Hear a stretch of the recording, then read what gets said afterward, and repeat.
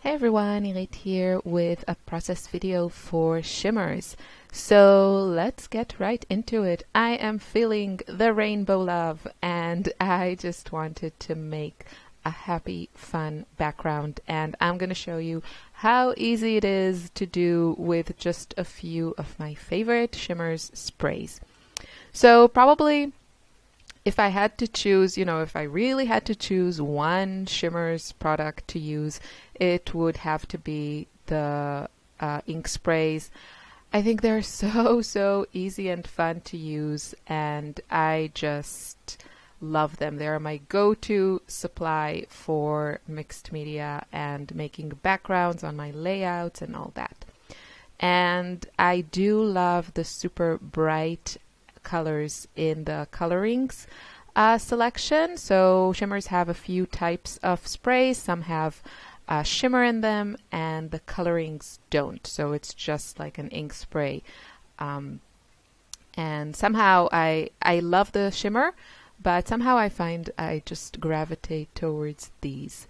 So I'm playing with this new stencil that I got. I show this in a little haul and demo video on my channel.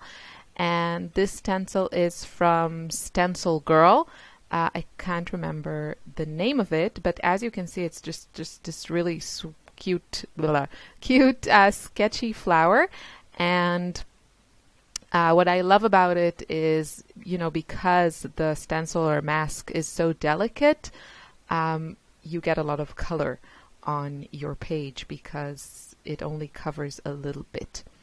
So you can see that I'm spraying it and then I'm flipping it and using it kind of like a stamp, and that just gives me a variety of looks and textures, and I waste less. If you're using such a large amount of colors all across the color wheel like I am here, you do want to get your stencil kind of cleaned between applications, because if you spray it with yellow and then pink and then turquoise, you will get some muddy colors. Now those can be really beautiful, but here I was really going for bright. So if you're following this, then just clean your stencil between applications. It's less important, for example, to clean it between colors that are close to each other on the color wheel. For example, the pink and the yellow will give you some lovely oranges, but pink and turquoise most likely will create some sort of a grayish color, and you could totally experiment with that and see if you like it. But as I said, if you want to keep things kind of bright, then clean your stencil. So I also wanted to add some splatters in white. Now the paper that I'm using is watercolor paper. It's a 12 by 12 watercolor paper, and those are becoming easier to find. So if you're a scrapbooker that enjoys using mixed media and lots of sprays and that sort of thing, I highly recommend seeking them out. So while I had my mists out and stencil and everything, and I was in the groove and I had to let my background dry anyway, I thought I will show you that this is a great idea also for your art journal. So you can totally use the same technique. That's why I love kind of showing these simple techniques, because they work on pretty much everything. So you can use them on scrapbook layouts, cards, art journals, all your arty projects on a canvas. You can start your canvas with a layer of these lovely colors. So this really, just these basic techniques, stencils and mists, are a match made in crafty heaven. So have fun with it. So here I'm just using my Jane Davenport large journal. It has some lovely watercolor paper, so I can mist away without worrying about ruining the paper. And kind of doing the same thing. It's a little bit a different dimensions here, because my background is square and this is more rectangular. The size of the Jane Davenport journal is 9 by 12, so obviously when you open it, it's like 18 by 12 inches.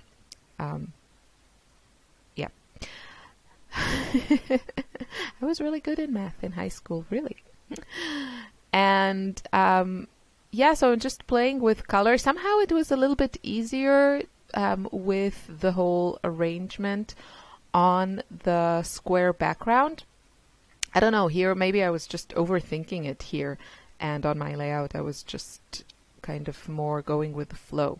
So I just decided I wanted more color in that corner, so I'm trying to place the stencil exactly the way that it was, and finally I managed to do it. It wasn't so simple because I wasn't sure which side was the correct side, and I just want to add a little bit more color.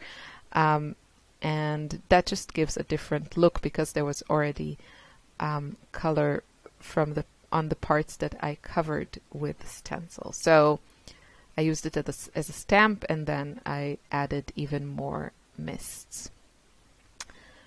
And yeah, this was just a lot of fun, and I love these colors. Wait, I'll tell you which colors I used. So I used No Yokin is my go-to yellow. It's just a really great, lovely, bright yellow that kind of works with everything. And here I didn't like not spray. I didn't splatter with white ink, but I splattered with the yellow. So that's my yellow. For my pinks, I used Pretty in Pink and pink stilettos. So pink stilettos is more of that hot fuchsia pink that you can see on the corner, on the left top corner. That's the pink stilettos. And then more in the middle is the Pretty in Pink, which is a little bit warmer. And both of those are my favorites. I use them all the time. And then on my turquoise green side, I have Don't Citron Me, which is a gorgeous lime green. And then there are the two teal turquoises, Oh Say Can You See and Well Blew Me Down. And I love them both. Well Blew Me Down is just a tad more bluish, and Oh Say Can You See is just a little bit more greenish. But they are both gorgeous, and I use them both all the time, and they work really well together. So I'm just telling you all the colors so that you know, and I get a lot of questions on which are my favorite Shimmerz products, and the ones I used here are probably my most favorite, most used sprays. So that's No Yokin, Pretty in Pink, Pink Stilettos, Don't Citron Me, Oh Say Can You See, and Well Blew Me Down. Those are just my favorite colors, pinks and turquoises and yellow. So for my embellishments, I'm going to keep it pretty simple. I have here 3 cute photos of my baby girl, Lily, and she was just eating a banana and was just having a lot of fun and messy fun and making some really adorable faces. So I backed these photos with a doily and then this lovely transparency that I should have gutted it because I cover too much of it. And I'll tell you, the doily is from my stash. I think it's from an older Maggie Holmes collection. All the flowers that I'm using here are from Pretty Little Studio Dream Big collection, which is gorgeous. And they just have these tons of possibilities of different packages and stickers of just florals, which I think it's fantastic. And I think I pretty much used that package on this layout. It's just worked perfectly, and I really loved just staying with the flowers and not having to think too much about the embellishment. I just kind of, the colors work really well with what I had on my background, and I kind of just color matched. So used the turquoise flowers on the right side, the pink flowers on the left, the yellow all over the place, in the middle more. And yeah, just had fun with it. The thickers are from my stash, and I think they are either from an older Amy Tan collection or a Dear Lizzie. You know, a lot of the American Crafts collections, they have these like foam words. So I just like to use them because they look good and they are easy to use. And now I went a little bit puffy sticker crazy, and I'm using just an assortment of puffy stickers from my stash. So there are a couple of Shimmerz ones, some Maggie Holmes, and just whatever worked. And I also added a couple of these dimensional embellishments from an old crate paper collection. So there's a little floral there on the right side of the photos. You'll see them in the close-up shots. And that cute, what's it called? Kite at the bottom. And yeah, it's just, I love making colorful backgrounds because you can use a ton of embellishments on them and kind of raid your stash. So that was fast. If you place an order on the Shimmerz site, make sure you mention my name and you'll get a freebie. I hope you enjoyed this video. I wish you a lovely day. Thanks for watching. Bye.